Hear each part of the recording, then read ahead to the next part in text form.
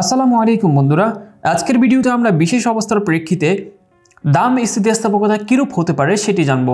বন্ধুরা, তোমরা এখানে একটি উদাহরণ দেখতে পাচ্ছ, যে উদাহরণে এখানে পেঁয়াজের ছবি দেওয়া হয়েছে এবং তোমরা জানো যে পেঁয়াজ একটি গুরুত্বপূর্ণ পণ্য।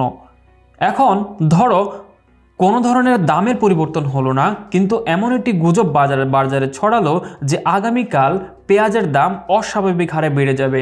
ঠিক যেমনই কয়েকদিন আগে আমরা দেখেছিলাম যে লবণের দামের কথা, অর্থাৎ বাজারে একটি গুজব ছড়ানো হয়েছিল যে লবণের দাম আগামী কয়েকদিনের ভিতরে অস্বাভাবিক হারে বেড়ে যাবে। তখন দেখা গিয়েছিল কি ইনস্ট্যান্টলি তখন দেখা গিয়েছিল এমন যে যখন এই গুজব ছড়ালো সাথে সাথে কিছু ক্রেতা বাজারে যেয়ে ভিড় করলো এবং ওই প্রচলিত দামে অর্থাৎ 35 টাকা অথবা 40 টাকা যে কেজিতে যে লবণ বিক্রি করা হচ্ছিল, সে লবণ কেনার জন্য তারা হুমড়ি খেয়ে পড়লো।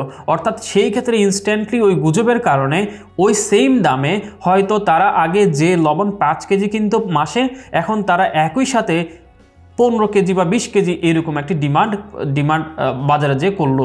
সুতরাং এই ক্ষেত্রে যেটি দেখা যাচ্ছে তাদের দামের কোনো পরিবর্তন হয়নি ইনিশিয়ালি, কিন্তু তাদের কোয়ান্টিটি ডিমান্ড হঠাৎ করে 5 থেকে 20 কেজিতে যে পৌঁছালো। এই যে গুজব, এই গুজবের কারণে কিন্তু স্থিতিস্থাপকতা পরিবর্তন হতে পারে। ঠিক পেঁয়াজের উদাহরণটি ঠিক একই রকম। ধরো বাজারে কোনো গুজবের কারণে বলা হলো যে আগামী কয়েকদিনের ভিতরে পেঁয়াজের দাম বেড়ে যেতে পারে, সুতরাং আজকেই যে যারা ক্রেতা ছিল তারা হঠাৎ করে ওই প্রচলিত দামে হয়তো অনেক বেশি পেঁয়াজের ডিমান্ড বাড়িয়ে দিবে। আর এই ধরনের ডিমান্ডের ক্ষেত্রে বিশেষ প্রেক্ষিতে কোনো ডিমান্ড যদি এরকম হয়, সেক্ষেত্রে আমরা ওই ডিমান্ডকে বলছি বা ওই ডিমান্ডের যে ইলাস্টিসিটি হবে সেটিকে আমরা দেখাচ্ছি elasticity of demand should be infinite. ঠিক আছে বন্ধুরা, অর্থাৎ এটি হচ্ছে অসীম স্থিতিস্থাপকতা। এখন তোমরা এখানে একটি এক্সাম্পল দেখতে পাচ্ছ, যে এক্সাম্পলে বলা হচ্ছে যখন পণ্যটির দাম 10 টাকা ছিল তখন এই পণ্যটির কোয়ান্টিটি ডিমান্ডও কী ছিল 100 একক। ঠিক সেম দামে কোনো গুজবের কারণে অথবা অন্য কোনো কারণে ওই পণ্যটির কোয়ান্টিটি ডিমান্ড হঠাৎ করে কী হয়ে গেল 1000 ইউনিট ডিমান্ড বেড়ে গেলো, অর্থাৎ +900 ইউনিট ডিমান্ড বেড়ে গেল। অপরদিকে আমাদের যে দামের পরিবর্তন চেঞ্জ ইন পি ইকুয়াল 0 হয়ে রইল।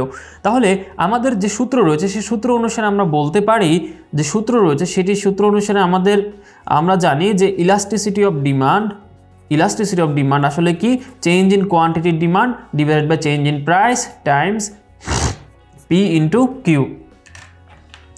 সুতরাং এই ক্ষেত্রে আমাদের যে ডিমান্ডের যে পরিবর্তন সেটি আমরা দেখতে পেলাম 900, অপরদিকে প্রাইসের যে পরিবর্তন সেটি 0 এবং পি হচ্ছে আমাদের 10 এবং কোয়ান্টিটি ডিমান্ড ইনিশিয়াল যেটা ছিল 100। সুতরাং যাই হোক না কেন এই ক্ষেত্রে আমাদের যে এটিকে ডিভাইড করলে আমরা পাবো হচ্ছে হলো ইনফাইনিট ইন্টু, সুতরাং যে কোনো সংখ্যাকে যদি ইনফিনিটি দ্বারা গুণ করা হয় যেটি পাবো আমরা ইনফিনিটি।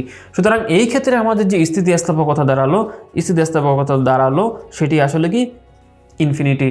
সো এই যে ইনফিনিটি, এটি দ্বারা আসলে কি বোঝানো হচ্ছে বন্ধুরা? এটির দ্বারা বোঝানো হচ্ছে যে দাম সেম থাকার ফলে হঠাৎ করে গুজবের কারণে যে চাহিদার পরিবর্তনটা ইনফিনিটি পর্যন্ত হতে পারে, অর্থাৎ ইনফিনিটি হয়ে গিয়েছে। দাম পরিবর্তন হয়নি, কিন্তু চাহিদার পরিমাণ বিশাল আকারে পরিবর্তিত হয়েছে, অর্থাৎ 1 টাইমস নয়, 2 টাইমস নয়, মোর দেন 10 টাইমস। এবং এই 10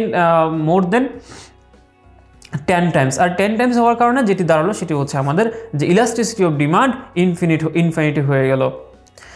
সুতরাং আমরা যে সকল পণ্যের ক্ষেত্রে বলতে পারি যে এগুলো যে কোনো পণ্যের ক্ষেত্রে হতে পারে, হঠাৎ করে পেঁয়াজের ক্ষেত্রে হতে পারে, রসুনের ক্ষেত্রে হতে পারে, লবণের ক্ষেত্রে হতে পারে, বিশেষ করে নিত্য প্রয়োজনীয় যে সকল দ্রব্যগুলো সেগুলো যদি হঠাৎ করে দাম বেড়ে যায় তাহলে এই ধরনের বিশেষ অবস্থার উদ্ভাবন হতে পারে।